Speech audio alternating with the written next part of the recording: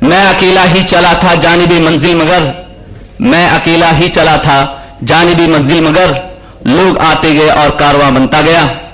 اور اس پروگرام کے تحت آپ جو میسج دینا چاہتے ہیں اس کو ہم یوں سمجھ سکتے ہیں کہ آپ کہنا چاہتے ہیں نہ جانے کیوں بھٹکتا پھر رہا ہے اپنی منزل ہے، نہ جانے کیوں بھٹکتا پھر رہا ہے اپنی منزل سے، کہ جب ہے رہنمائی کے لیے قرآن مومن کی. اور بڑے ادب و احترام کے ساتھ اب میں اپنے استاد محترم جناب ڈاکٹر اسلم پرویز صاحب کو دعوت دیتا ہوں کہ تشریف لائیں اور اپنے کلمات سے ہم سب کو مستفیض فرمائیں. خواتین و حضرات السلام علیکم.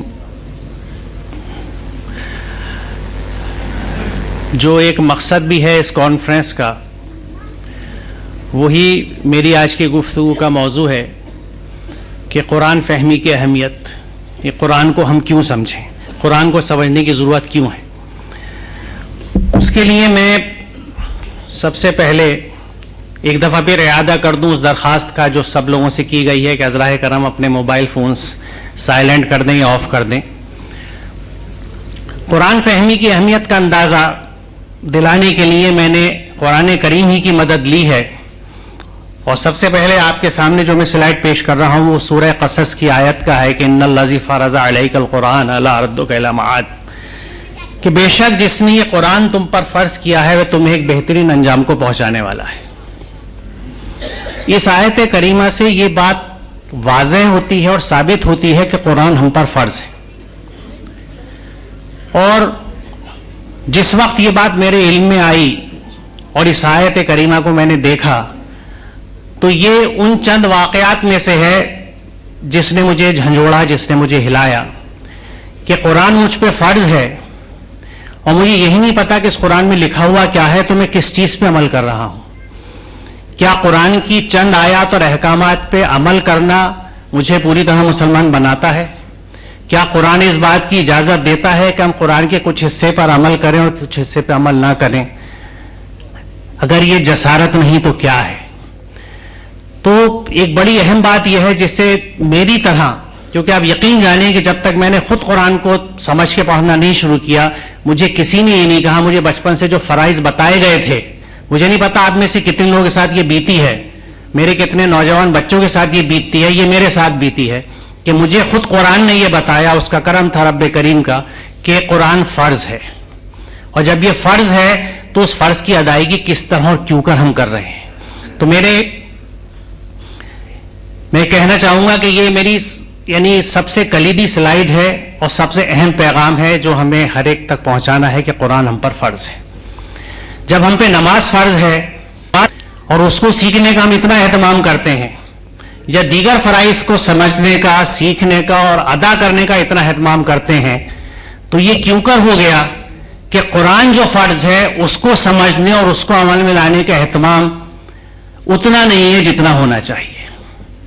اور اسی سلسلے کی یہ تحریک ہے کہ اس کو جس طرح سے ہم گھر گھر دعوت دیتے ہیں لوگوں کو کلمہ درست کرنے کی، نماز سکھانے کی، انہیں مسجد سے جوڑنے کی، انہیں مکتب سے جوڑنے کی، مدارس سے جوڑنے کی، اس تحریک کی طرح اس تحریک کی ضرورت ہے کہ لوگوں کو قرآن سے جوڑا جائے، قرآن سمجھایا جائے تاکہ وہ قرآن پہ عمل کر سکیں. سورہ کہف کی اس آیت میں اللہ تعالیٰ فرماتا ہے کہ تعریف اللہ کے لیے جس نے اپنے بندے پر یہ کتاب نازل کری اور اس میں کوئی ٹیڑھ نہ رکھی، ٹھیک ٹھیک سیدھی بات کہنے والی کتاب، تاکہ وہ لوگوں کو خدا کے سخت عذاب سے خبردار کر دے اور ایمان لا کر صالح عمل کرنے والوں کو خوشخبری دے دے کہ ان کے لیے اچھا اجر ہے جس میں وہ ہمیشہ رہیں گے. یہاں میں نے ایمان لا کر صالح عمل کرنے والوں کی بات کو واضح اس لیے کیا ہے کہ قرآن کریم میں ایمان کے ساتھ عمل صالح جڑ کے آیا ہے. جس انسان کا اور جس علم کا سید سلمان ندوی صاحب نے ذکر کیا کہ اگر وہ وحی سے ہٹ جائے تو علم کتنا بڑا فساد پھیلا دیتا ہے، اور یہ سب انسان کے ہاتھوں ہوتا ہے کیونکہ وہ انسان جس کے لیے خود قرآن نے یہ کہا ہے کہ ہم نے اس کو بہترین بنایا، ہم نے اس کو بہترین ساخت پہ بنایا. لقد خلقنا الانسان فی احسن تقویم، اللہ کا حکم ہے، یہ آپ نے فرمایا ہے کہ انسان کو ہم نے بہترین احسن تقویم پہ، بہترین ساخت پہ پیدا کیا. ثم رددناہ اسفل سافلین، اور پھر اس کو گرے سے گرے درجے کا بنا دیا، یعنی from best of the creation to the worst of the creation, اور بیچ میں جو بات کی گئی ہے الا الذین آمنوا وعملوا الصالحات، ان لوگوں کے علاوہ جو ایمان لائے اور نیک عمل صالح عمل کرتے رہے. گویا ایمان اور صالح عمل اگر نہ ہو تو انسان اشرف المخلوقات بہترین تخلیق سے بدترین تخلیق ہو جاتا ہے. اور میں سمجھتا ہوں کہ آج کا دور جو ہمارے سامنے ہے اس سے بہتر اس کا کوئی نمونہ یا وضاحت نہیں ہو سکتی کہ آج انسان کہاں پہ نظر آتا ہے ہمیں. ایمان کے ساتھ عمل صالح کا معاملہ یہ ہے کہ اس کی میں مثال اس طرح سے اپنے آج کے دور کو بچوں کو سمجھاتا ہوں کہ جب آپ موبائل خرید کے لاتے ہیں تو تھوڑی دیر بعد یہ کام کرنا بند کر دیتا ہے کیونکہ اس کی بیٹری ختم ہو گئی. آپ کو چارجر چاہیے. اگر آپ چارجر نہیں لگائیں گے تو اس کی بیٹری قابل استعمال نہیں رہے گی. تھوڑی سی اس میں سکت ہے. عمل صالح جو ہے وہ ایمان کا چارجر ہے. آپ عمل صالح کرتے رہیں گے تو ایمان چارج رہے گا، اضافہ ہوتا رہے گا، قائم رہے گا. تو عمل صالح اگر ساتھ ہے، اور یہاں بھی میں اس چیز کی وضاحت کرنا پسند کروں گا کہ ہر قسم کے فساد کے خلاف کھڑا ہونا اور لڑنا عمل صالح کا حصہ ہے. انفرادی عمل صالح وہ ہو سکتے ہیں وہ اذکار جس سے میں جس تذکیر سے میں اپنی نفس کی بالیدگی کرتا ہوں، نشو و نما کرتا ہوں. لیکن اجتماعی اور سماجی خرابیاں جو چاروں طرف نظر آتی ہیں اس کے لیے جو کریکٹیو میجرز ہیں وہ اس دور کے اس سماج کے لیے عمل صالح ہے. ہر دور کا فساد الگ ہوتا ہے، ہر دور کا عمل صالح الگ ہے. آج کے دور کا سب سے بڑا فساد وہ جاہلیت ہے جس کا ذکر شروع سے ہو رہا ہے. سلمان ندوی صاحب نے کیا، سعود عالم صاحب نے اس کی طرف اشارہ کیا. یعنی قرآن کی وحی کی واقفیت سے اپنے علوم کو الگ کر لینا. اس انداز کے جو علوم ہیں وہ جاہلیہ میں آتے ہیں کیونکہ وہ معاشرہ ترتیب دیتے ہیں جس کو ایام جاہلیہ استعمال کیا گیا ہے قرآن میں بھی اور رسول کریم نے بھی استعمال کیا ہے. یہ وہ معاشرہ ہے، یہ وہ سماج ہے، اس میں ہر طرح کی برائی ہوتی ہے باوجود اس کے کہ بظاہر لوگ ڈگری یافتہ ہیں. آج آپ کو ڈگری یافتہ لوگ بہت ملیں گے لیکن کتنے لوگوں میں انسانیت ہے، انسانیت کا درد ہے. اور اس کا ثبوت یہ ہے کہ اگر وہ درد ہوتا تو آج ہم ان وباؤں کا شکار نہ ہوتے جن کا ہم ہیں. آج ہمارا پانی صاف نہیں ہے، ہوا صاف نہیں ہے، ہر جگہ پولوشن ہے، کثافت ہے، گندگی ہے، ملاوٹ ہے. آپ بازار سے جو چیز خریدتے ہیں آپ کو یہ نہیں پتا کہ یہ اگر شہد لکھا ہے تو کیا واقعی شہد ہے. حد تو یہ کہ آپ جب دوا خریدتے ہیں تو آپ کو یہ نہیں پتا کہ دوا صحیح ہے یا غلط ہے. آپ ڈاکٹر کے پاس علاج کے لیے جاتے ہیں آپ کو یہ نہیں پتا کہ اس نے جو ٹیسٹ آپ کو لکھ کے دیے اتنی بڑی فہرست بنا کے یہ واقعی آپ کے لیے ضروری ہے، اس کے کمیشن کا حصہ ہے. جو دوا ڈاکٹر لکھتا ہے آپ کو نہیں پتا کہ واقعی یہ دوا آپ کو چاہیے یا یہ ٹارگٹ پورا کرنے کے لیے آپ کو دی جا رہی ہے کیونکہ یہ ٹارگٹ پورا کر کے اس ڈاکٹر کو سوئٹزرلینڈ جانا ہے اس کمپنی کی طرف سے. جب آپ کے دل میں اسٹنٹ لگایا جاتا ہے تو آپ کو نہیں پتا کہ واقعی یہ اسٹنٹ ضروری تھا یا یہ اس پروموشن کا پیکج کا حصہ ہے جو ڈاکٹر کو دیا گیا ہے کمپنی کی طرف سے. یہ ہے آج کے دور کے فسادات اور ان سے مقابلہ کرنے کے لیے ہمیں ان عمل صالح کی ضرورت ہے جس سے سماج میں یہ برائیاں دور کی جا سکیں. اب دیکھیے قرآن کو کس انداز سے اللہ تعالیٰ خود بیان کرتا ہے کہ لوگوں تمہارے پاس تمہارے رب کی طرف سے نصیحت آ گئی ہے. اور یہاں لوگوں سے خطاب ہے، ناس، مسلمانوں سے خطاب نہیں ہے محض جس کا ذکر شروع سے ہو رہا ہے. جو شفا ہے اس کے لیے جو تمہارے سینوں میں دلوں میں ہے اور مومنوں کے لیے ہدایت اور رحمت. مومنوں کے لیے ہدایت اور رحمت کہہ دو اللہ کے فضل سے اور اس کی رحمت سے یہ آئی ہے اور اس پر وہ خوشی منائیں. یہ اس سب سے بہتر ہے جو جمع کرتے ہیں. وَخَيْرٌ مِّمَّا يَجْمَعُونَ. آج دیکھیے ہماری ہوڑ کس چیز کو جمع کرنے کی ہے؟ دولت کی، عزت کی. مال و دولت، عزت و شہرت، حکومت. قرآن یہ کہتا ہے کہ ان سب چیزوں کے جمع کرنے سے بہتر یہ قرآن ہے. ہر چیز سے بہتر یہ قرآن ہے. اس کو اگر آپ جمع کریں اور اس کا یقیناً اپنا فلسفہ ہے جس کی تفصیل میں جاننے کا یقیناً اس وقت نہیں ہے کیونکہ مجھے اندازہ ہے کہ دیگر لوگوں کو یہاں آنا ہے. لیکن میں صرف یہاں پہ کیونکہ میں سمجھتا ہوں کہ یہاں وہ لوگ بیٹھے ہیں جو الحمدللہ سوجھ بوجھ رکھتے ہیں، تعلیم یافتہ ہیں اور اگر ان کے یہاں ایک اسپارک تھوڑا سا ڈال دیا جائے تو اپنے طور سے اس چیز کو آگے لے کے چل سکتے ہیں کہ اللہ تعالیٰ جس چیز کو کہہ رہا ہے کہ یہ سب سے بہترین چیز ہے جمع کرنے کی، the best thing to be assimilated. میں اسیمیلیٹڈ کا وقت جان کے استعمال کر رہا ہوں. The best thing to be internalised.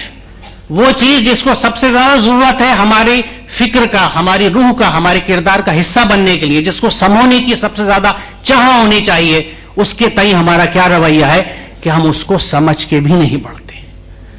اس کو لپیٹ کے جزدان میں رکھا ہوا ہے، اس کی تکریم ہے، اس کی عزت ہے، اس کا احترام ہے، لیکن اس کی طرف سمجھنے کی چیز نہیں ہے. آپ اندازہ لگائیے، اللہ تعالیٰ معاف فرمائے ہماری اس جسارت کا کہ جس چیز کے لیے اللہ تعالیٰ رب العزت یہ کہتا ہے کہ یہ بہترین چیز ہے جو جمع کرنے کے لائق ہے، ہمارا اس کے تئیں رویہ کیا ہے. سورہ نحل کی اس آیت میں اللہ تعالیٰ فرماتا ہے کہ اسی کا ہے وہ سب کچھ جو آسمانوں میں اور جو کچھ زمین میں، اور اسی کا دین یعنی قانون چل رہا ہے. پھر کہ اللہ کو چھوڑ کر تم کسی اور سے تقویٰ کرو گے.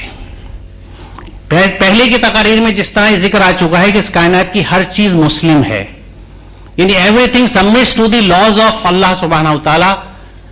قانون اللہ تعالیٰ کے جو ہیں اس کے تحت اس کائنات کی ہر چیز کام کرتی ہے. آپ نے کسی درخت کی جڑ کو یہ نہیں دیکھا ہوگا کہ وہ پانی جذب کرنے کے بجائے پانی باہر پھینکنے لگے، کیونکہ اس کو یہ اللہ تعالیٰ کی طرف سے حکم ہے اس جڑ کے اوپر کہ تجھے یہ کام کرنا ہے. جس چیز کو، چاہے وہ الیکٹران ہو، آربٹ میں جس جگہ ہے، اگر پی شیل کا الیکٹران ہے تو این میں نہیں جائے گا، وہ کے میں نہیں جائے گا جب تک کہ کوشش کر کے اس کو دھکیلا نہ جائے، اور دھکیلا جائے تو پہلی فرصت میں واپس آئے گا. ہر چیز اپنی جگہ پہ اپنی جگہ پہ اپنا کام کرتی ہے کیونکہ وہ مسلم ہے. گویا پوری کائنات اللہ کے قوانین کے تحت چلتی ہے. تو کیا پھر ہم یہ انسان جس کی حیثیت کچھ نہیں ہے، اپنی حیثیت سمجھنے کے لیے میں ایک چیز عرض کروں کہ جو ہماری، جس طرح میں نے، یہ وہ چیز ہے جس نے مجھے اپنی اوقات کا احساس دلایا کہ جو یونیورس ہے جس کو ہم اپنی دودھیا کہکشاں کہتے ہیں، ملکی وے،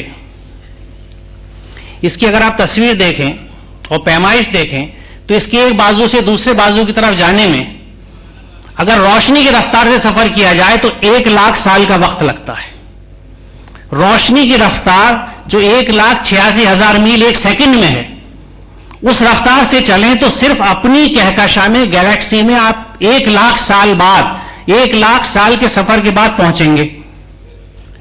اس میں اندازہ لگائیے کہ ہمارا نظام شمسی اگر ہم اس تصویر میں دیکھیں تو ایک نقطے کی طرح نظر آتا ہے، ڈاٹ. اور وہ نقطہ وہ جس میں پورا نظام شمسی یعنی سورج، اس کا پورا خاندان، اور پھر اس میں زمین، اور اس زمین پہ انسان کا وجود. اگر عام حساب کے اصولوں سے دیکھا جائے تو نیگلیجبل یعنی نان ایگزسٹنٹ، وجود ہی نہیں ہے کائنات میں. تو یہ احساس ہمیں اس بات کو یاد دلاتا ہے کہ ویئر وی اسٹینڈ. تو اگر ہم اللہ تعالیٰ کی ایک تخلیق ہے اور اللہ کے احکامات سے ہٹ کے چلنا چاہیں تو کیا چل سکتے ہیں؟ کیونکہ تقویٰ کا لفظ جو ہے اس میں دونوں، جو وقا کا مادہ ہے اس میں دونوں چیزیں ہیں. اللہ تعالیٰ نے جن چیزوں سے منع کیا ہے ان سے بچنا، اور جن احکامات کا حکم دیا ہے ان سے جوڑنا. دونوں مفاہیم میں تقویٰ کا لفظ استعمال ہوا ہے. تو اللہ تعالیٰ یہ کہتا ہے کہ اس پوری کائنات میں جب قانون اللہ کا چلتا ہے تو اے انسان، کیا تو اللہ کے قانون سے باہر زندگی گزار سکتا ہے؟ اللہ کا قانون کہاں ہے؟ اس کتاب کے اندر، بک آف گائیڈنس میں. جب ہمیں اس کتاب کے بارے میں نہیں پتا تو ہمیں اللہ کا قانون نہیں پتا. مثال کے طور پر روزمرہ کی زندگی میں ایک مثال دوں آپ کو کہ مجھے کس طرح لوگوں سے بات کرنی چاہیے مجھے نہیں پتا. جیسے سب لوگ بات کرتے ہیں، جو سلینگ یوز کیا جاتا ہے سب میرے ساتھیوں میں، وہ سلینگ میں بھی یوز کرتا ہوں. قرآن دوسری بات کہتا ہے کہ قل عبادی یقول التی احسن، اپنے بندوں سے کہہ دو زبان سے وہ بات نکالیں جو بہترین ہو. اللہ کا حکم یہ ہے کہ بہترین بات منہ سے نکلے.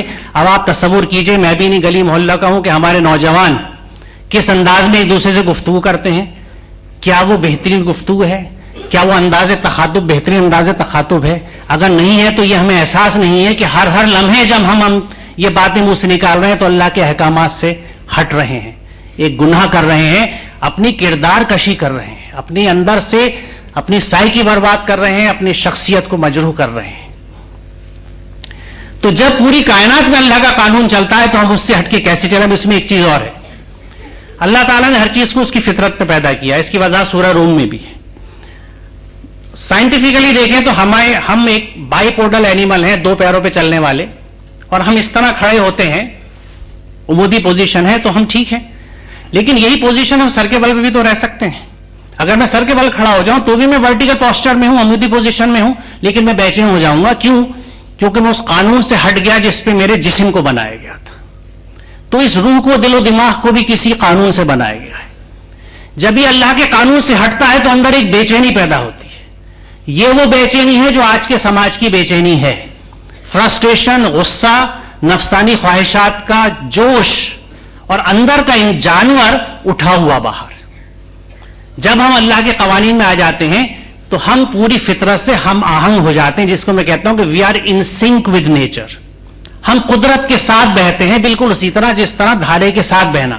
Swimming with the current and swimming against the current. جب آپ اللہ کے قوانین کے خلاف زندگی گزارتے ہیں تو you are swimming against the current. And which current? Universal current. پوری کائنات میں جو تحریک جاری ہے، جو قانون جاری ہے، یہ بے حیثیت انسان اس کے خلاف جب چلنے کی کوشش کرے گا تو آپ تصور کیجئے کہ کیا بے چینی اندر پیدا ہوگی. یہی وہ بے چینی ہے جو آج کے انسان کی، آج کے سماج کی بے چینی ہے. قرآن سمجھے تو وہ کہتا ہے کہ اللہ کے قانون پہ ساری کائنات چل رہی ہے. ہاؤ ڈیئر یو، تم ہمت کیسے کر سکتے ہو کسی اور سے تقویٰ کرو، کسی اور کے قانون سے چلو، کسی اور کی اتباع کرو. یہاں ایک اور چیز میں ہائی لائٹ کرنا چاہوں گا. اللہ تعالیٰ فرماتا ہے کہ یہ کتاب ہم نے تمہاری طرف برحق نازل کی ہے، لہٰذا تم اللہ ہی کی بندگی کرو. دین یعنی اطاعت اور قانون کو اسی کے لیے خالص کرتے ہوئے یاد رکھو دین خالص اللہ کا حق ہے. دین یعنی وہ قانون جس کے تحت ہم زندگی گزاریں، وہ اطاعت جس کے تحت ہم زندگی گزاریں، اس کا حق واحد اللہ کو ہے. یہی وہ بات ہے جو ہماری ایمان کی بنیاد ہے، یعنی لا الہ الا اللہ. آپ غور فرمائیں اس کلمے کے اوپر. اس کی ابتدا انکار سے ہوتی ہے کہ نہیں ہے کوئی اللہ سوائے اللہ کے. یہ بالکل اسی طرح ہے کہ اگر آپ کو کوئی میز لگانی ہے تو پہلے باقی سامان صاف کیا جاتا ہے، پھر اپنا سامان رکھا جاتا ہے. پہلے اذہان صاف کیے جائیں گے کہ جتنے بت، جتنے خدا ہیں نکال دو دماغ سے اور نصب کر دو ایک اللہ کو کہ یہی ایک اللہ ہے، یہی ایک اطاعت ہے، یہی قانون ہے. مجھے افسوس ہوتا ہے یہ کہتے ہیں، کیونکہ میں اس کا شکار ہوں کہ ہم ابھی اپنے ذہنوں سے دیگر الہوں کا تصور نہیں نکال سکے. ہم نماز میں کہتے ہیں کہ ایاک نعبد و ایاک نستعین، کہ ہم تیری بندگی کرتے ہیں، تیری سے مدد چاہتے، استعانت تیری ہے. لیکن ذرا سوچئے کیا واقعی ہے؟ کیا ہمارا زندگی کا ہر کام اللہ کے احکامات سے ہوتا ہے؟ ابھی پچھلے ہفتے مجھے ایک اپنے سینئر ساتھی اور دوست کے بچے کی شادی کا کارڈ ملا. جب وہ پیکٹ ملا تو میں سمجھا کسی نے مجھے کتاب تحفے میں بھیجی ہے. میں نے بے صبری سے کھولا، کیونکہ کتاب سے اچھا تحفہ کیا ہوگا. تو پتہ لگا ایک گولڈن کلر کا اتنا موٹا کارڈ ہے جو دفتی اور پتہ نہیں کن کی چیزوں سے پیک ہوا ہے، اور یقیناً 25-30 روپے کی لاگت کا تو ہوگا. کس کی شان دکھانے کی کوشش کی جا رہی ہے ان دعوت ناموں سے؟ اللہ تعالیٰ نے تو شان دکھانے کے مطلب کہ ہوا شان تو اللہ کی ہے. میں کس چیز پہ شان دکھاؤں؟ آج اللہ نہ کہے میرے دماغ میں یہ فطور آ جائے کہ اللہ نے مجھے بڑی عقل دے دی اور میں انٹلیکچوئل ہو گیا. مجھے نہیں پتا کہ ابھی ایک اسٹروک ہو، ایک کلاٹ برین میں آئے میرے، اور مجھے یہ نہیں پتا کہ میں نالی میں پڑا ہوں یا کہاں پڑا ہوں. تو میں کس چیز کا زوم کروں؟ یہ مال جب سونامی آتی ہے، بھوج ہوتا ہے، تو اگر کپڑا جسم میں بچتا ہے تو چاول لے لیتا ہوں ریلیف کے، ورنہ ہاتھ میں لیتا ہوں. کس مال، کس دولت، کس بلڈنگ کا گھمنڈ میرا ہے کیا؟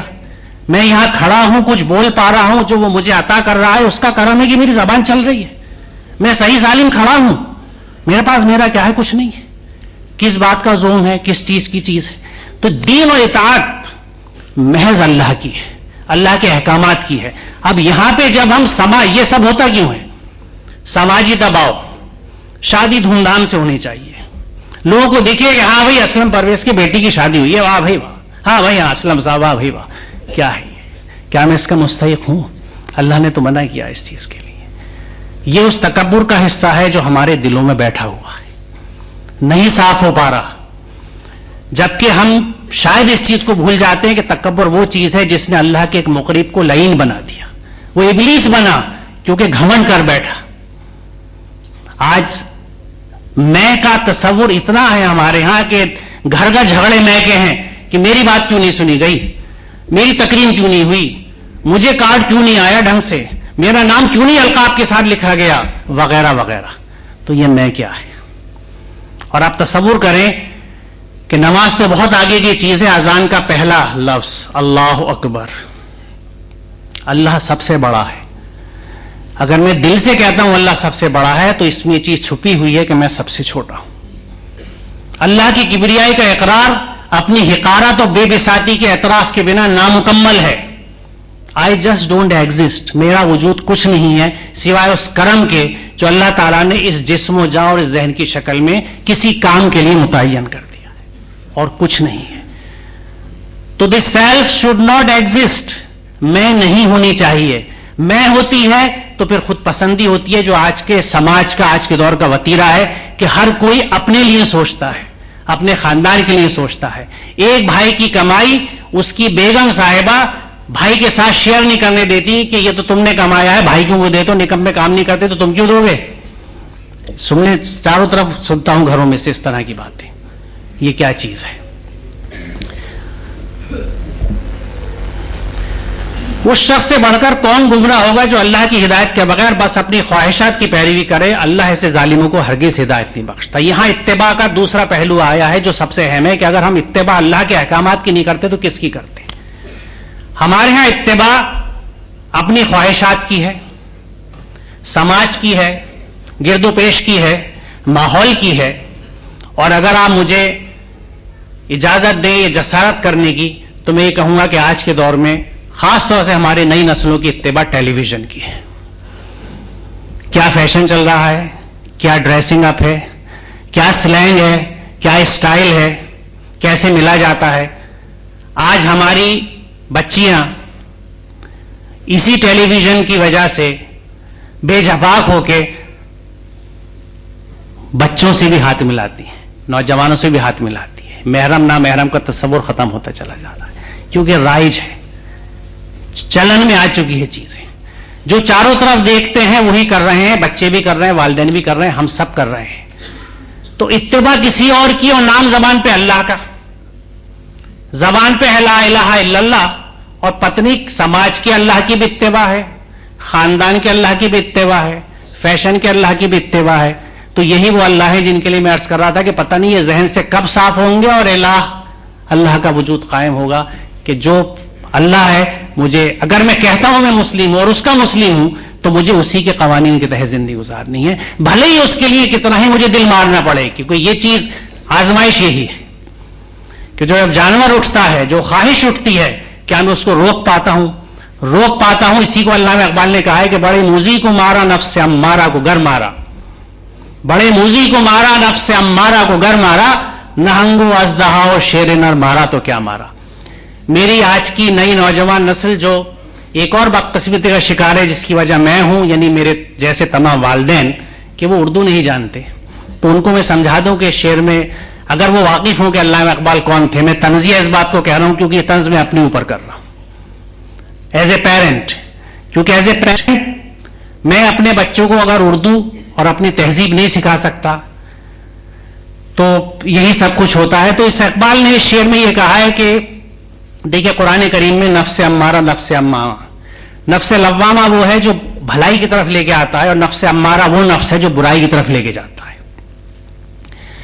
تو بڑے موذی کو مارا نفس امارہ کو گر مارا، برائی کی طرف لے جانے والی یعنی یور ڈیزائرس، وہ نفس جو آپ کو اکساتا ہے کچھ کرنے کے لیے بنا اتباع وحی کے، اللہ تعالیٰ کے احکامات سے ہٹ کے. کیونکہ یہاں آپ کی آنے کی خواہش تھی کہ قرآن کا پروگرام ہم چلوں، یہ خواہش دوسری خواہش تھی، یہ خیر کی خواہش تھی، یہ اللہ کی طرف سے توفیق تھی. لیکن وہ شیطانی خواہشات جو اللہ کے احکامات سے ہٹانے والی ہوتی ہیں، اس نفس کو شاعر کہتا ہے کہ اگر اس کو آپ نے مار دیا تو بڑے موذی کو مار دیا، اور اگر آپ نے شیر اژدہے مارے تو کچھ نہیں کیا.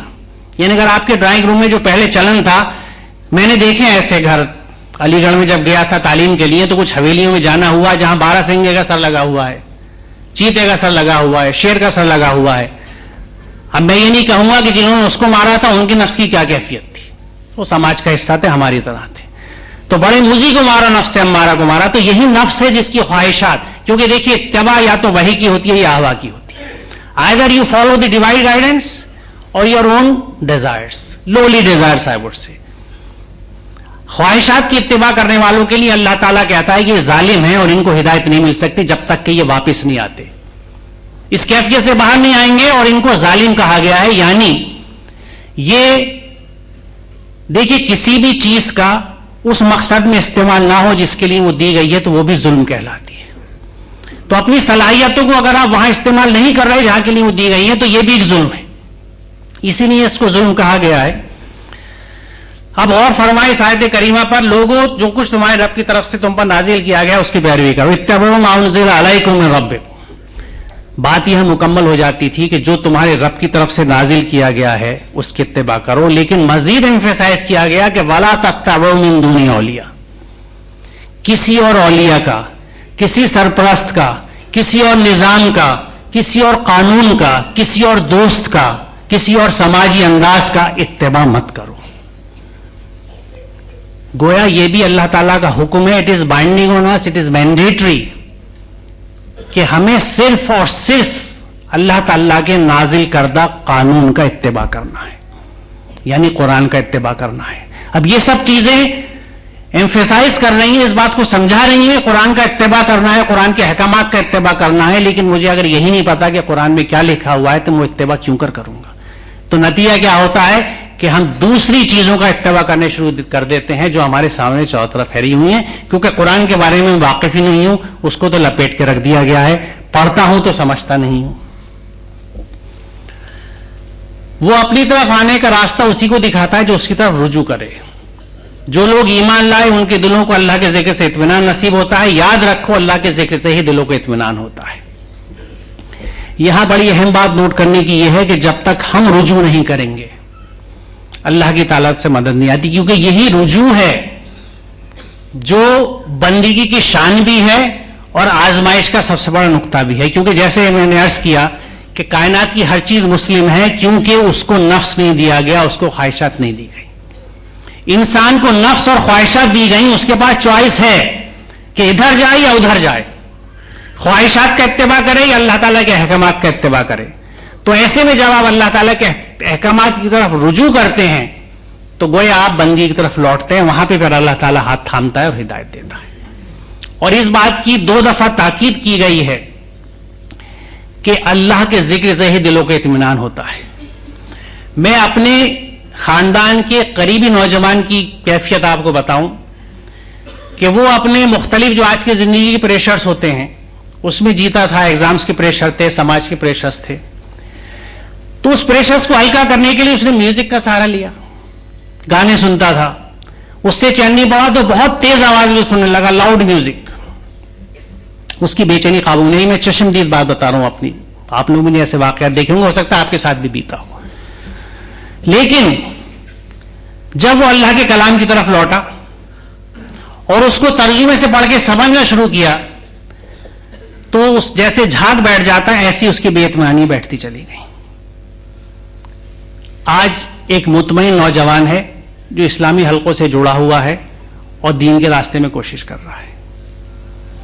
آپ کی کسی بھی بے چینی کا حل سوائے اللہ کے ذکر کے، اور یہاں میں یہ عرض کر دوں کہ ذکر کی سب سے کم ترین شکل زبانی ذکر ہے اور سب سے آسان اور بہتر شکل جو ہے وہ عملاً ہے، کیونکہ کسی بھی آئیڈیالوجی کو جب تک آپ پریکٹس میں نہیں لاتے، unless you put into practice، وہ آئیڈیالوجی نہیں بنتی۔ ابھی صبح میں کمیونزم کا ذکر آیا تھا، اگر ایک کمیونسٹ سے مارکس کو پڑھتا رہے اور عملاً کمیونسٹ نہ ہو تو وہ کمیونسٹ نہیں مانا جائے گا۔ آپ کو کمیون میں رہنا ہے، اپنی انکم کنٹریبیوٹ کرنی ہے، اسی انداز سے خرچے کرنے ہیں جبھی آپ کمیونسٹ ہیں۔ تو قرآن کے نظام میں جب تک آپ اس کو عمل نہیں کریں گے، یعنی اللہ کی یاد دہانی، قرآن کریم کو بھی ذکر کہا گیا ہے جہاں اللہ تعالیٰ نے فرمایا ہے کہ یہ ذکر ہم نے نازل کیا اور ہم ہی اس کی حفاظت کریں گے، تو ذکر سے مراد وہ قرآن ہی ہے، اس کی ہدایات ہیں، اس کے وہ ہدایات جو اس کے الفاظ میں بھی ہیں اور وہ عمل کی شکل میں ہمیں اپنانی چاہیے۔ تو گویا وہی بات آ گئی کہ جب تک کہ آپ اللہ کے قوانین میں نہیں آئیں گے، اس سے سنکرونائز نہیں کریں گے، اس سے اپنے آپ کو ہم آہنگ نہیں کریں گے، آپ کو قلبی سکون نہیں ہوگا۔ اور ایک دفعہ ہم آہنگ ہو گئے، آپ دیکھیے جو اللہ والے ہیں، جو دین پہ عملاً آ چکے ہیں، آپ ان کا سکون اور اطمینان دیکھیے، ہاؤ کول دے آر، ان کو کوئی بے چینی نہیں ہے۔ بے چینی مجھے رہتی ہے، بے چینی میرے جیسے لوگوں رہتی ہے۔ آپ ان کے یہاں جائیے، ان کی مجلس میں، ان کی نشست میں جائیے، ان کے یہاں چٹائی پہ بیٹھ کے بھی سکون ہی ملتا ہے، اور بڑے بڑے گدے دار ڈرائنگ روم میں بیٹھ کے بھی آدمی بے چین ہے، پہلو بدلتا ہے کیونکہ سکون نہیں ملتا۔ یہ کیا سکون ہے؟ یہ وہی اللہ تعالیٰ کے قوانین کا سکون ہے، ان کو عملی انداز میں اپنانے کا سکون ہے۔ یہاں سے میں کچھ ان چیزوں کو لے رہا ہوں کہ قرآن کو نہ سمجھنے کی وجہ سے ہمارے ہاں جو سماجی برائیاں در آئی ہیں، ان میں سے پہلی چیز میں نے یہاں یہ لی ہے، اللہ تعالیٰ فرماتا ہے کہ وہی ہے جس نے تم کو زمین کا خلیفہ بنایا اور تم میں سے بعض کو بعض کے مقابلے میں زیادہ بلند درجے دیے تاکہ جو کچھ تم کو دیا ہے اس میں تمہاری آزمائش کرے۔ ہم میں سے کتنے لوگ ہیں جو یہ بات سمجھتے ہیں کہ جو کچھ انہیں ملا ہے اس میں اس کی آزمائش ہے؟ میں ایک معمولی سیدھا سادہ استاد ایک کالج کے اندر، اللہ کا کچھ کرم، اس کی مشیت ایسی کہ اس نے مجھ کو پرنسپل کا عہدہ دے دیا۔ اب میری اپروچ کیا ہونی چاہیے؟ یہ پرنسپلشپ میرے سر پہ بھی چڑھ سکتی ہے، میں یوں بھی ہو سکتا ہوں جس کو قرآن کہتا ہے کہ تم زمین پہ اگر تن کے چلتے ہو تو نہ تم زمین کو پھاڑ سکتے ہو نہ پہاڑوں سے اونچے ہو سکتے ہو۔ مجھے یہ احساس بھی ہو سکتا ہے کہ یا اللہ تو نے یہ ذمہ داری مجھ پہ ڈالی ہے، مجھے توفیق دے کہ میں انصاف کر سکوں اس کے ساتھ، جس کا میں نے شروع میں ذکر کیا تھا اس غرض و غایت بیان کرتے ہوئے کہ جو ہم جمعے میں سنتے ہیں کہ ان اللہ یامر بالعدل، تو یہ میرے لیے ایک آزمائش ہے کہ یا اللہ میں انصاف کر سکوں ہر اس شخص کے ساتھ، ہر اس معاملے کے پاس جو بحیثیت پرنسپل میرے پاس آتا ہے، اور یا اللہ اگر میں چوک جاؤں کیونکہ میں انسان ہوں، غلطی ہوتی ہے تو مجھے معاف کیجو کیونکہ میری نیت ایسی نہیں ہے، میں تیرے سے باہر نہیں جا سکتا۔ تو یہ کسی کو اللہ تعالیٰ عزت دیتا ہے، کسی کو عہدہ دیتا ہے، کسی کو مال دیتا ہے، اس مال کے تحت اگر ہم لاکھوں روپے کی شادیاں کرتے ہیں اور ہماری یتیم بچیاں بیٹھی رہ جاتی ہیں، میرا دل دکھتا ہے یہ کہتے ہوئے۔ میں بچپن سے بڑا ہو گیا اس شہر کے اندر اور تھک گیا ہوں یہ کہتے ہوئے کہ بچپن سے 2 یتیم خانے دیکھے، دریا گنج میں بچوں کا گھر، مٹیاں میں بچیوں کا گھر۔ اب اللہ بھلا کرے زکوٰۃ فاؤنڈیشن والوں کا، اللہ تعالیٰ ان نوجوانوں کو ہمت دے اور حوصلہ دے اور ان کے وسائل میں اضافہ کرے کہ ایک ہیپی ہوم وجود میں آیا، ایک فاطمہ ہوم وجود میں آیا، لیکن کیا یہ کافی ہے اس آبادی کے لیے؟ اور ان بے سہارا لڑکیوں کا کیا جو پلیٹ فارم پہ ہیں، وہ ڈیسٹیٹیوٹس، وہ بے سہارا بچے جو وطن چھوڑ کے آتے ہیں؟ آپ یقین جانیں اپنی آنکھوں سے میں نے جو چیز دیکھی آپ سے شیئر کروں گا۔ میرا بیٹا ایک زمانے میں انجینئرنگ کی کوچنگ کے لیے کالگا جی جاتا تھا، میں اس وقت اسے اسکوٹر پہ لے کے چھوڑنے جاتا تھا، میرے پاس گاڑی نہیں تھی، تو کالگا جی کے گرودوارے کے سامنے سے ہم صبح ہی گزرتے تھے کیونکہ اللہ صبح کلاس ہوتی تھی۔ لگ بھگ اتنا بڑا صحن ہوگا اس گرودوارے کا، وہاں صبح کو میں خود دیکھتا تھا کہ چٹائیاں بچھی ہوتی تھیں اور اس میں وہ بچے جو کوڑا کچرا اٹھاتے ہیں، جن کو ہمارے یہاں بہاری کہہ کے بطور گالی ڈانٹا جاتا ہے اور ان کی تکذیب کی جاتی ہے، اور جس تقریم کا ڈاکٹر اسلم عبداللہ نے ذکر کیا وہ ہمارے ذہن سے محو ہے، ان کو وہاں پہ ناشتہ کرایا جاتا ہے، اور ان وہاں کے لوگوں کی میں نے خود دیکھا ہے کہ گھر کی خواتین گرم گرم ناشتے میں انہیں سرو کرتی ہیں، ان کو کھانا کھلایا جاتا ہے۔ کیا اس بچے کے ذہن سے کبھی گردوارہ بھول سکتا ہے یہ کبھی؟ میری دعا ہے کہ یہ لنگر مجھے مساجد میں نظر آئے، کیونکہ یہ تصور ہمارا بھی تو ہے۔ سورہ معاون میں دیکھیے، ارأیت الذی یکذب بالدین فذلک الذی یدعو الیتیم ولا یحض علی طعام المسکین۔ مسکین کون ہے؟ جس نے سکن گھر بار چھوڑا ہو، ڈسپلیسڈ۔ بہار ہو یا اڑیسہ ہو، کوئی گھر بار چھوڑ کے ایسی نہیں آ جاتا جب کھانے کو نہیں مل رہا چھوڑ کے آ رہے ہیں۔ آپ کے شہر میں ہے، کوئی پیسے کی مار سے آیا ہوا ہے، کوئی طوفان کی مار سے آیا ہوا ہے، کوئی فساد کی مار سے آیا ہوا ہے، ان کے لیے اگر ہم کھانے کا انتظام کرنے کے لیے لوگوں کو موٹیویٹ نہیں کرتے، یعنی صرف یہ نہیں ہے کہ آپ کھلائیے، موٹیویٹ ادرس، ان کو کھانا کھلا، اگر آپ یہ نہیں کرتے تو قرآن کہتا ہے یہ لوگ وہ ہیں جنہوں نے دین کو جھٹلا دیا، جنہوں نے یتیم کے ساتھ غلط برتاؤ کیا۔ یتیم کا ساتھ ہمارا رویہ کیا ہے میں نے آپ سے عرض کیا، باقی نہیں کہنا چاہتا۔ ہم دیکھتے ہیں کہ ہمارے پیسے والے گھرانے جو ہیں ان کے بچوں کے اسکول کے بستے وہ یتیم بچے لے کے جاتے ہیں، اس کا قصور کیا ہے کہ یتیم ہے اور اس کو وہ مال نہیں ملا جو اللہ نے آپ کو دیا آزمانے کے لیے، اس میں اس کا حصہ نہیں ہے، وہ آپ کے بچے کا بستہ لے کے اسکول کی بس پہ چھوڑنے جاتا ہے، اس کو تعلیم میسر نہیں ہے، اس کو ہم اپنی آزمائش نہیں سمجھتے۔ وہ بچہ اسی طرح سرو کر رہا ہے، گھروں میں جھاڑو پوچھے کر رہا ہے، ہوٹل پہ سرو کر رہا ہے، کیونکہ چیپ لیبر ہے۔ میں جب ہوٹل چلاتا ہوں تو مجھے انویسٹمنٹ کم کرنا ہے، ریٹرن زیادہ لینا ہے، لیبر سستی چاہیے۔ بچے کو لگا لیتا ہوں کہ اس کا پوچھنے والا کوئی نہیں ہے، شام کو ایک لات مارتا ہوں اور 10 روپے کی جگہ 5 روپے کا چل بے چل، کام سے لگا رکھا ہے، روٹی رکھیے کھا لے۔ سنا ہے میں نے، آپ نے بھی دیکھا ہوگا، یہ یتیم کے ساتھ برتاؤ ہے۔ قرآن یہ کہتا ہے کہ ان لوگوں نے دین کو جھٹلا دیا۔ تو جب آزمائش ہے تو میں یہاں مال پہ فوکس کر رہا ہوں، کیونکہ آج کے زمانے میں مال کی ہی دور ساری ہے. اللہ تعالیٰ فرماتا ہے کہ اللہ کی راہ میں خرچ کرو اور اپنے ہاتھوں اپنے آپ کو ہلاکت میں نہ ڈالو. یعنی اگر تم اللہ کی راہ میں خرچ نہیں کرو گے تو اپنے ہاتھوں اپنے آپ کو ہلاکت میں ڈال رہے ہو. اور احسان کا طریقہ اختیار کرو، اللہ محسنوں کو پسند کرتا ہے. احسان کے سلسلے میں نے صبح ذکر کیا تھا جو ہمارا رویہ ہے. احسان کی روش ہے کہاں؟ احسان کے تقاضے میں ایک مثال دوں آپ کو عدل اور احسان کو ملاتے ہوئے کہ ایک صاحب انتقال کر جاتے ہیں، ان کے 2 بیٹے ہیں جن میں بیٹوں والا حصہ تقسیم ہوتا ہے. اول تو یہ بھی ایک سوال ہے، اکثر گھروں میں تو بیٹیوں کے حصے بھی تقسیم نہیں ہوتے، وہ ایک الگ مسئلہ ہے. لیکن مان لیجئے جو کچھ تقسیم ہو رہا ہے جس انداز سے، اس میں ایک بیٹا بڑا خوشحال ہے، بڑا اچھا کاروبار ہے، دوسرا غریب ہے. عدل کا تقاضا یہ ہے کہ وہ حصے برابر تقسیم کر دیے جائیں، عدل ہو گیا. احسان کا تقاضا یہ ہے کہ جو خوشحال ہے وہ اپنا حصہ پورا یا کچھ اپنے اس بھائی کو دے دے جو کمزور ہے، کہ میرے بھائی میرے پاس اللہ کا دیا فضل ہے، اس کو تم رکھو، اپنے کاروبار کو کھڑا کرو، تمہیں ضرورت ہے. اور اس کو کر کے بھول جائے، وہ بھی بھول جائے اور اس کی اہلیہ بھی بھول جائیں. کیونکہ جو جتانے کے سلسلے ہمارے ہاں ہماری بہنوں میں چلتے ہیں، واقف ہوں، آپ بھی واقف ہیں، وہ روکنا ہے.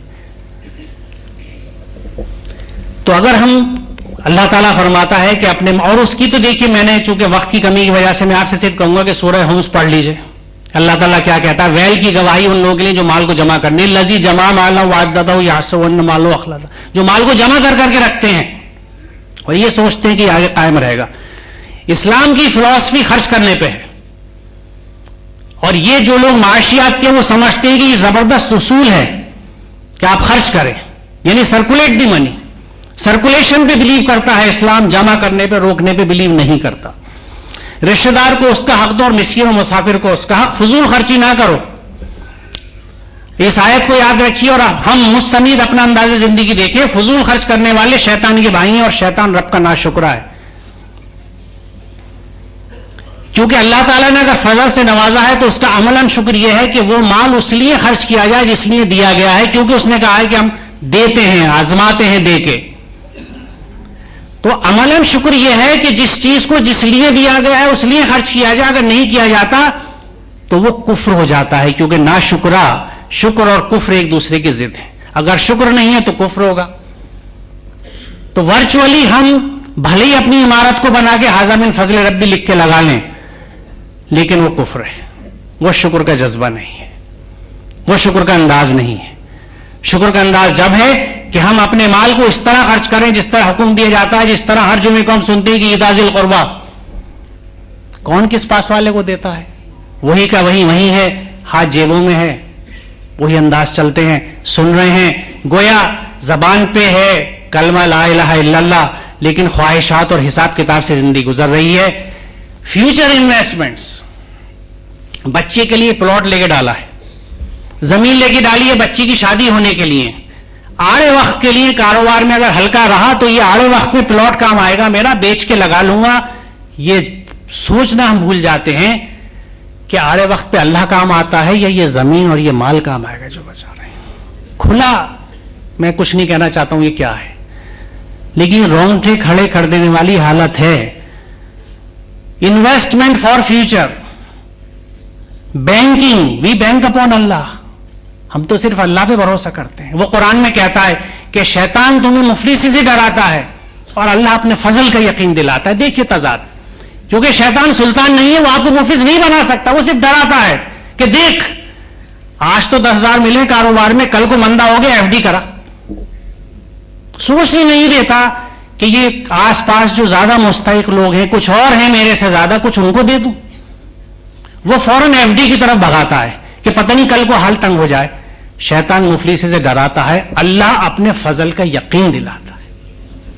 تصور کیجئے، وہ یقین دلاتا ہے کہ میں نے تجھے آج دیا ہے نادان، میں تجھے کل بھی دوں گا، تو قرض حسنہ تو دے کے دیکھ، پھر دیکھ کس انداز سے تیرا کاروبار بھی پھلتا پھولتا ہے.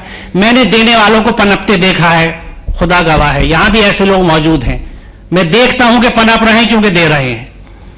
اور جنہوں نے مال کو دبا کے رکھا، کتنی نوابی اور زمینداری ہمارے یہاں ختم ہو گئی. بہت سے لوگ تو آپ کے رشتہ داروں میں ہوں گے، میرے بھی ہیں. آج نام لیوا نہیں ہے، کوٹھیوں میں کوئی جھاڑو دینے والا نہیں ہے.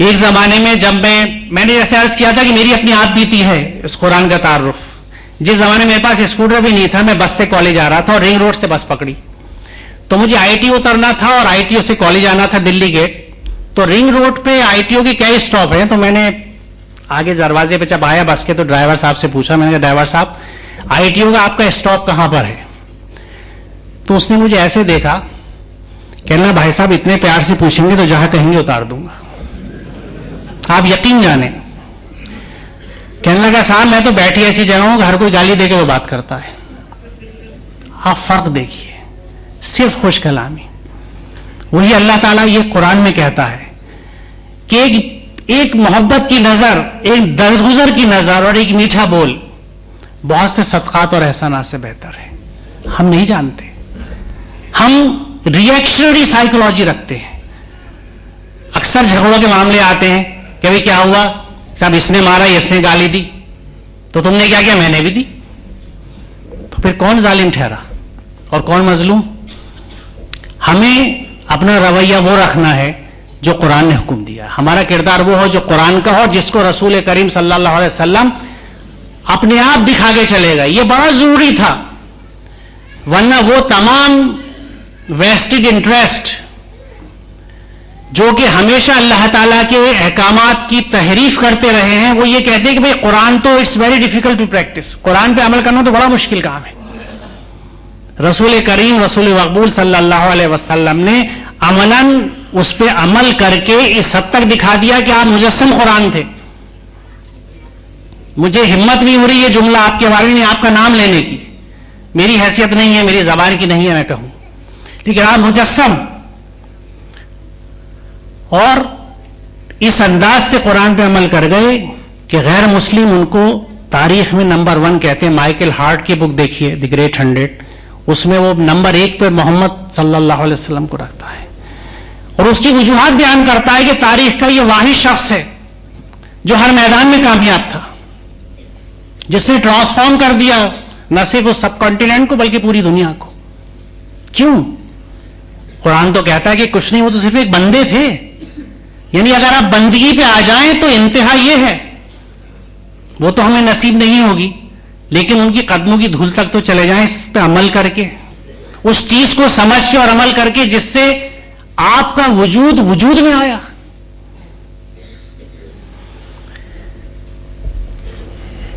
تیسرا مسئلہ آج کا لباس کا, اس لیے میں نے آیت چنی ہے کیونکہ لباس کا فساد آج کل میں یہ کہوں گا سوہان روح ہے. It's a continuous pain. اگر آپ کے اندر تھوڑی سی بھی غیرت, حیا اور ایمان ہے تو آپ یقین جانیں آپ کو نظر اٹھا کے سڑک پہ چلنا بھاری ہے. وجہ آپ سمجھتے ہیں, میں وضاحت نہیں کروں گا. اے اولاد آدم, ہم نے تم پر لباس نازل کیا ہے کہ تمہارے جسم کے قابل شرم حصوں کو ڈھانکے اور تمہارے جسم کی حفاظت اور زینت کا ذریعہ بھی ہو, اور بہترین لباس تقویٰ کا لباس ہے. یہ اللہ کی نشانی ہے, شاید کے دلوں میں اس سے سبق لو. یعنی لباس کے معاملے میں 4 گائیڈنگ پرنسپلز ہیں. آپ کے جسم کو ڈھانکے, حفاظت اور زینت کا ذریعہ بھی ہے, اور سب سے بہتر لباس تقوی کا, یعنی ایسا لباس جو اللہ کے احکامات پہ عمل کرنے میں رکاوٹ نہ ہو اور جو جن چیزوں سے اللہ نے منع کیا ہے ان کا مظاہرہ نہ ہو. مثال کے طور پہ اللہ تعالیٰ نے اگر فحش کا منع کیا ہے تو میرا لباس کسی فحاشی کا مظہر نہ ہو. آج کے لباس کس انداز کے ہیں میری ہمت نہیں ہے اس وقت میں کچھ کہوں, یقین جانے, لیکن میں صرف سوچنے کے لیے آپ سب سے اور اپنی ماں بہن بیٹیوں سے یہ بات کہنا چاہوں گا کہ اللہ تعالیٰ کے احکامات پہ غور فرمائیں. اور اللہ تعالیٰ کے احکامات کے سلسلے میں جو ایک بات بڑی اہم ہے, سورہ نور کی یہ 30ویں آیت ہے, اور اس میں بڑی اہم بات جو میں کہنا چاہوں گا کہ اس میں اللہ تعالیٰ نے مردوں سے کہا ہے کہ اپنی نظریں بچا کر رکھیں اور اپنی شرم گاہوں کی حفاظت کریں. یہ ان کے لیے زیادہ پاکیزہ طریقہ ہے, جو کچھ وہ کرتے ہیں اللہ اسے باخبر رہتا ہے. اس میں اہم بات یہ ہے کہ 30ویں آیت میں اللہ تعالیٰ نے مردوں کو منع کیا ہے اور ٹوکا ہے, اگلی 31ویں میں عورتوں سے کہا گیا ہے. یعنی اللہ کے نظام یہ ہے کہ پہلے مرد کو منع کیا گیا. ہمارے سماج میں جو مردوں کا سماج ہے, عورت کی ہر برائی کا ڈھنڈورا پیٹا جاتا اور پکڑا جاتا ہے, مرد کی برائی نہیں مانی جاتی. یہ کیسا نظام ہے؟ گویا مرد تو پاک ہے, وہ تو سب کچھ کر سکتا ہے, اس کو کھیلنے کودنے کے دن ہے, آزادی ہے, کچھ بھی کرے. اللہ تعالیٰ نے سب سے پہلے مرد کو منع کیا ہے, کیونکہ جو مرد کی ذمہ داری دی ہے سماج نے, جس پہ ہم بڑا, میں کہوں گا لفظ استعمال کرنے کی جسارت کرتا ہوں, اتراتے پھرتے ہیں کہ ہم مرد ہیں, لیکن اس مرد کے ساتھ اگر یہ ایک اللہ تعالیٰ کی عطا کردہ نعمت اور اعزاز ہے اگر میں مان بھی لوں, تو پھر اس کے ساتھ ذمہ داری بھی تو ہوں گی. اللہ تعالیٰ پہلے مردوں سے کہتا ہے کہ اپنی نظریں بچا کر رکھیں. آج نظروں کی جو کیفیت ہے آپ کو بخوبی اندازہ ہے.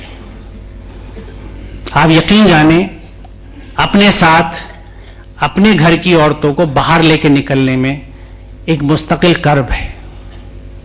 جس انداز کی نظریں, جس انداز کے رقیق جملے, جو کمنٹس اور جو حرکتیں ہیں, یہ سماج کی ہماری حالت ہے. اور افسوس یہ ہے کہ ہم سب خاموشی سے برداشت کرتے ہیں. کم از کم زبان سے ہی اس کو برا کہہ کے تحریک تیار کریں کہ یہ چیزیں روکی جائیں. اس سے آگے وہ 31ویں آیت ہے جس میں اللہ تعالیٰ عورتوں سے فرماتا ہے کہ مومن عورتوں سے کہہ دو اپنی نظریں بچا کر رکھیں اور اپنی شرمگاہوں کی حفاظت کریں اور اپنی زینت یعنی بناؤ سنگار نہ دکھائیں سوائے اس کے جو خود ظاہر ہو جائے, اور اپنے سینوں اور اپنی اوڑھیوں کے آنچل ڈال کے رکھیں. میں سمجھتا ہوں یہ آج کا ڈریس کوڈ کا گائیڈنگ پرنسپل ہے کہ اگر ہم مسلمان ہیں اور مسلمہ ہیں اور اپنے آپ کو مسلمان کہتے ہیں تو اپنے ڈریس اپ کے وقت اس آیت پہ نظر رکھیں کہ یہ کیا کہتی ہے. اور میں اور ہم سب لوگ جو اللہ کے احکامات ہیں کہ نظروں کی حفاظت اور شرمگاہوں کی حفاظت, اس کا احتیاط رکھیں, کیونکہ سماج کی بڑی برائی کا ذریعہ آج کے دور میں خاص طور سے, کیونکہ آج میڈیا میں یہ کہوں گا کہ اس زمانے میں تو ہم سیکس اور وائلنس کی بات کرتے تھے کہ میڈیا پروموٹ کر رہا ہے, آج میں کہوں گا کہ میڈیا صرف سیکس ہی نہیں, پرورٹڈ سیکس پروموٹ کر رہا ہے.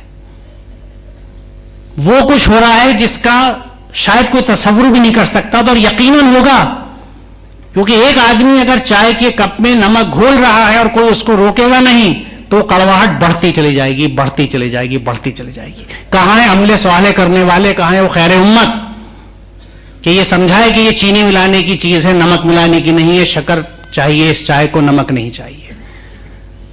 اگر ہم خاموش رہیں گے, اور ڈر اس بات کا ہے کہ چونکہ ہمیں اس کام کے لیے بھیجا گیا ہے تو کہیں ساری خرابیوں کی ذمہ داری یقیناً ہمارے اوپر تو نہیں آئے گی اور ہم جواب دہ تو نہیں ہو جائیں گے کہ تمہارے آنکھوں کے سامنے ہوتا رہا, تم نے کیا کیا. دور چھوڑ دیجئے میں نے اپنے گھر میں کیا کیا, گھر چھوڑ دیجئے میں نے اپنے اوپر کیا کیا. مجھے کون روکتا ہے قرآن کے احکامات پر عمل کرنے سے اگر میرا نفس نہیں روکتا تو؟ مانا میری بیوی میری بات نہیں سنتی, میرے بچے نہیں سنتے میری بات, واٹ اباؤٹ می؟ شادی تو میں کر رہا ہوں نا بچے کی, کارڈ تو مجھے چھپوانا ہے, جگہ تو مجھے دیکھنی ہے. ایسی ترقی ہوئی ہے کہ یتیم خانے نہیں بڑھے, لیکن اس گناہگار نے اپنی آنکھوں سے بچوں کے گھر میں شادی ہونے سے ترقی ہوتے ہوتے ہوتے اب کرسٹل اور پھلواری پرگتی میدان کی اور 5 اسٹار ہوٹلز. میں صرف اتنا کر سکتا ہوں کہ ایسے تقریبوں میں شرکت نہیں کرتا. اتنا تو بائیکاٹ کر ہی سکتے ہیں, اور کوئی پوچھتا ہے تو بتا دیتے ہیں کہ بھائی جہاں کھلے عام فضول خرچے اور اسراف کا معاملہ ہے, اور بھی بہت سی خرابیاں ہیں. میں نے یعنی یہ تک ہوتا ہے, آپ کو حیرت ہوگی اور عبرت ہے کہ ادھر نکاح پڑھایا جا رہا ہے, ادھر ڈی جے ہے اور ڈانس ہو رہا ہے. اتنی احتیاط تک نہیں ہے کہ اس کو روک دیں جو نکاح ہو رہا ہے. سب ہمارے سامنے ہوتا ہے. ہمیں روکنا ہوگا, ہمیں بولنا ہوگا, ہمیں کھڑا ہونا پڑے گا. اور پہلی چیز یہ کہ وہ قرآن یہ کہتا ہے سب سے پہلے مسلم تم بنو کہ مجھے اپنے گھر میں روکنا ہوگا, مجھے یہ اختلافات برداشت کرنے ہوں گے, مجھے یہ بغاوت کرنی ہوگی اپنے خاندان سے, اپنے اہل خانہ سے, اپنی بیگم سے, اپنے بچوں سے. نہیں کریں گے تو یہ برائیاں بڑھتی چلی جائیں گی. اب یہ وہ چیز ہے جس کی طرف میں خاص توجہ آپ لوگوں کی چاہوں گا کہ کوشش کرو اللہ کی راہ میں, جیسا کہ کوشش کرنے کا حق ہے. وجاہدوا فی اللہ حق جہاد, یہاں جہاد کا لفظ آیا ہے. جہاد کا مطلب, کیونکہ یہ میں سمجھتا ہوں آج کے دور کا اگر سب سے زیادہ مس انڈرسٹوڈ نہیں تو one of the most miss understood and miss interpreted, بلکہ یہ مس کا ورڈ تو نہیں ہے, it is a deliberately miss used اور پلانٹڈ.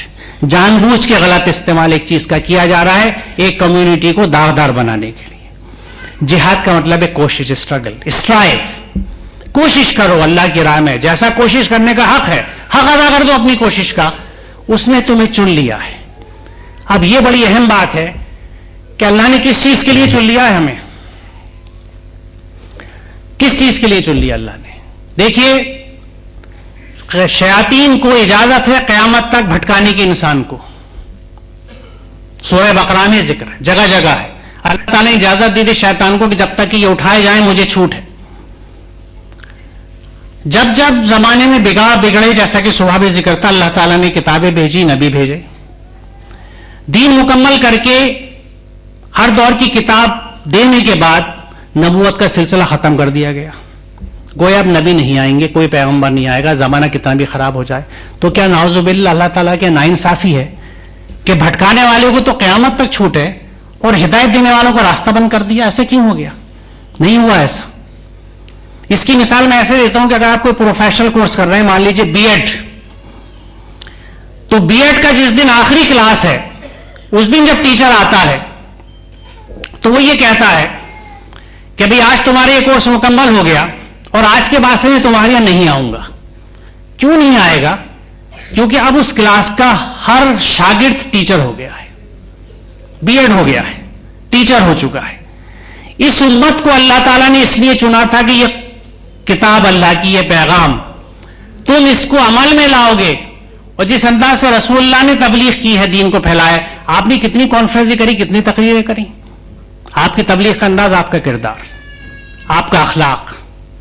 ہماری کوشش میں اس تحریک کے جو آج یہاں ہو رہی ہے زمانی کام کی ہے. جب تک کامیاب نہیں ہو سکتی جب تک کہ عمل میں ہماری تیز نہیں آئی. یہ قرآن تو خود اس بات کو کہتا ہے کہ تم جو کرتے نہیں وہ کہتے کیوں ہو. یہ اللہ کے نزدیک نہایت ناپسندیدہ بات ہے. ہمارے عام چیزیں وہ کہتے ہیں جو نہیں کرتے، اللہ کہتا ہے یہ اللہ کے نزدیک نہایت ناپسندیدہ بات ہے. تو بات کو جو اس نے تمہیں چن لیا ہے، دین میں تم پر کوئی تنگی نہیں رکھی، قائم ہو جاؤ اپنے باپ ابراہیم کی ملت پر. اس نے تمہارا نام مسلم رکھا اس سے قبل بھی اور اس قرآن میں بھی، تاکہ رسول تم پر گواہ ہو، تم لوگوں پر گواہ. یہ چین کیا ہے؟ رسول اس بات کے گواہ ہوں گے کہ اللہ تعالیٰ کی وحی اور پیغام آپ تک پہنچا دیا. آپ اگلی قوم اور امت پہ کس بات کے گواہ ہوں گے کہ ہم نے پہنچا دیا؟ کیا ہم ہیں؟ کیا ہم کر رہے ہیں؟ آج کی ضرورت یہ ہے کہ اس جگہ کا ہی نہیں بلکہ اس امت کا ہر شخص شیخ کلیم صدیقی صاحب جیسا ہو، میری ہر بہن ایسی ہو جس نے زندگی لگا رکھی ہے دعوت کے کام میں. یہ وہ قربانی ہے جو حضرت ابراہیم نے دی تھی، یہ وہ قربانی ہے جس کے لیے ان کے بیٹے کو تیار کیا گیا تھا. ہم جس قربانی کو کر کے پتلی گلی سے نکلے ہیں وہ اصلی قربانی نہیں ہے. یہ وہ قربانی جو دین مانگتا ہے، یہ وہ قربانی ہے جو اللہ مانگتا ہے، اور یہی دینی لازم ہے. خود قرآن اس بات کو کہتا ہے، رسول تم پہ گواہ اور تم لوگوں پہ گواہ. ہم کس بات کی گواہی دیں گے؟ کہ ہم نے ٹیلی ویژن کو دیکھا اور پریکٹس کیا اور لوگوں تک ٹیلی ویژن کو امنن پہنچایا اس طرح کا ڈریس اپ اور اسٹائل اور سلائنگ استعمال کر کے. What else we have to say? کیا ہے ہمارے پاس اور کچھ کہنے کے لیے؟ جس چیز کو میں ہی نہیں سمجھا، میں نے عمل نہیں کیا، پیغام نہیں لے کے گیا، کیا جواب دوں گا لوگوں کو؟ کیا ایمان لانے والوں کے لیے ابھی بھی وہ وقت نہیں آیا کہ ان کے دل اللہ کے ذکر سے پگھلیں؟ رو دے آدمی اس چیز کو پڑھ کے کہ کیا اب بھی یہ وقت نہیں آیا کہ اللہ کے ذکر سے تمہارے دل پگھلیں اور اس کے نازل کردہ حق کے آگے جھکیں، اور وہ ان لوگوں کی طرح نہ ہو جائیں جنہیں پہلے کتاب دی گئی تھی، پھر ایک لمبی مدت ان پر گزر گئی تو ان کے دل سخت ہو گئے اور آج ان میں سے اکثر فاسق بنے ہوئے ہیں. گویا جو دوسری قوموں کے ساتھ ہو چکا ہے ہمارے ساتھ آج وہی تو نہیں ہو گیا. ابھی بہت لمبی مدت نہیں گزری لیکن پھر بھی ایک مدت تو گزر گئی. تو کیا ایسا تو نہیں کہ ہمارے دل سخت ہو گئے اور ہم لوگ فاسق ہو گئے؟ یہاں میں تھوڑی سی وضاحت فاسق کی کر دوں کیونکہ یہاں کنسیپٹس کچھ فسق کے معاملے میں اس کا مادہ فیس انقاف، فسق ان کا مطلب ہے دائرۂ حق سے باہر نکل جانا. قرآن کریم ایک ایسا نظام معاشرہ، یہ طرز زندگی عطا کرتا ہے جس کے اندر رہتے ہوئے افراد کی صلاحیتوں کی صحیح نشو و نما ہوتی ہے. یعنی یہ وہ گائیڈنگ پرنسپلس ہیں جو آپ کو پراپر ڈیولپمنٹ کراتے ہیں، وچ فیسیلیٹیٹ پراپر ڈیولپمنٹ. آپ کی نشو و نما پوری ان ہدایت کے تحت ہوتی ہے. جو فرد یا گروہ اس نظام کے قالب یعنی پیٹرن سے باہر نکل جاتا ہے اسے فاسقون کہتے ہیں. لہذا ہر شخص جو قانون خداوندی کے دائرے سے باہر نکل جائے وہ فاسق ہے. یہ اقتباس تاج اور محیط سے ہے. قرآن کریم میں جہاں یہ لفظ پہلی مرتبہ آیا ہے وہاں اس کی تشریح الفاظ سے کی گئی ہے کہ فاسقین وہ ہیں جو اللہ سے پختہ عہد باندھ کر اسے توڑ دیتے ہیں، اور جس رشتے کو ملانے کا خدا نے حکم دیا یعنی نوع انسانی کا رشتہ، اسے کاٹ کر ٹکڑے ٹکڑے کر دیتے ہیں اور زمین میں فساد برپا کرتے ہیں۔ حقیقت میں یہی لوگ نقصان اٹھانے والے ہیں۔ گویا قصہ مختصر یہ، اس میں وضاحتیں تو ہیں کہ جو لوگ اللہ کے قوانین اور اس پیٹرن سے باہر نکل جائیں وہ فاسق ہیں۔ ہم کب باہر نکل جائیں گے کہ جب ہم نہ ان کو سمجھیں گے نہ ان پہ عمل کریں گے۔ وقت کی کمی کی وجہ سے میں اجازت چاہوں گا کہ میں کچھ سلائیڈیں آگے بڑھا کے آخر میں اپنی بات کو لاتا ہوں۔ یہ ضرور میں سورہ فرقان جو تیسری آیت ہے یہ بڑی رونگٹے کھڑے کر دینے والی ہے کہ قیامت کے دن رسول اس بات کی گواہی دیں گے کہ اے میرے پروردگار، میری اس قوم نے قرآن کو نشان تضحیک بنا رکھا تھا، مذاق بنا رکھا تھا، پیچھے ڈال رکھا تھا۔ یہ تین ترجمے ہمیں مختلف اردو کے تراجم سے قرآن کریم کے ملتے ہیں مہجورہ کے۔ They ridiculed the book, they discarded the book، انہوں نے کتاب کو پیچھے ڈال دیا تھا۔ آپ تصور کیجئے کہ جس قوم پہ اس کا رسول یہ گواہی دے کہ انہوں نے قرآن کا مذاق بنا رکھا تھا۔ مذاق کیا بنا رکھا تھا؟ کہ جو کتاب ہدایت ہے، جو جس مقصد کی کتاب ہے، اگر اس کا استعمال دیگر چیزوں کے لیے اور اس کے لیے نہ ہو تو یہ سب سے بڑا اس کے ساتھ مذاق ہے۔ اور یہی وہ مذاق ہے جو جس کا ذکر قرآن میں ہے، جو امتوں نے پچھلی میں کیا ہے، رسولوں کے ساتھ، اللہ کی آیات کے ساتھ، اس کے احکامات کے ساتھ۔ تو کہیں ہم اس کا تو شکار نہیں ہے۔ اللہ تعالی ہمیں اس سے محفوظ رکھے۔ آخری آیت میں اس وقت دے کے اپنی بات ختم کروں گا کیونکہ وقت میں نے زیادہ لے لیا، معذرت چاہتا ہوں کہ یقین جانو جن لوگوں نے ہماری آیات کو جھٹلایا ہے اور ان کے مقابلے میں سرکشی کی ہے، یعنی ان حکموں کو نہیں مانا۔ سرکشی کیا ہے؟ یہ حکم معلوم ہے لیکن نہیں مانتے، ان کے لیے آسمان کے دروازے ہرگز نہ کھولے جائیں گے۔ ان کا جنت میں جانا اتنا ہی ناممکن ہے جتنا سوئی کے ناکے سے اونٹ کا گزرنا۔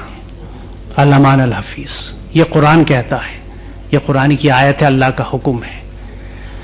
غور طلب بات ہے کہ کیا ہم کس بنیاد پہ جنت کا تصور لیے بیٹھے ہیں؟ اللہ تعالیٰ ہم سب کو ہدایت کی اور عمل کی توفیق دے۔ بہت شکریہ آپ لوگوں کا کہ اس شدید موسم میں آپ آئے اور اس طالب علم کی جو کچھ اللہ نے میرے دماغ میں ڈالی ہے آپ کے سامنے بات رکھی۔ آپ کا شکریہ ادا کرتا ہوں۔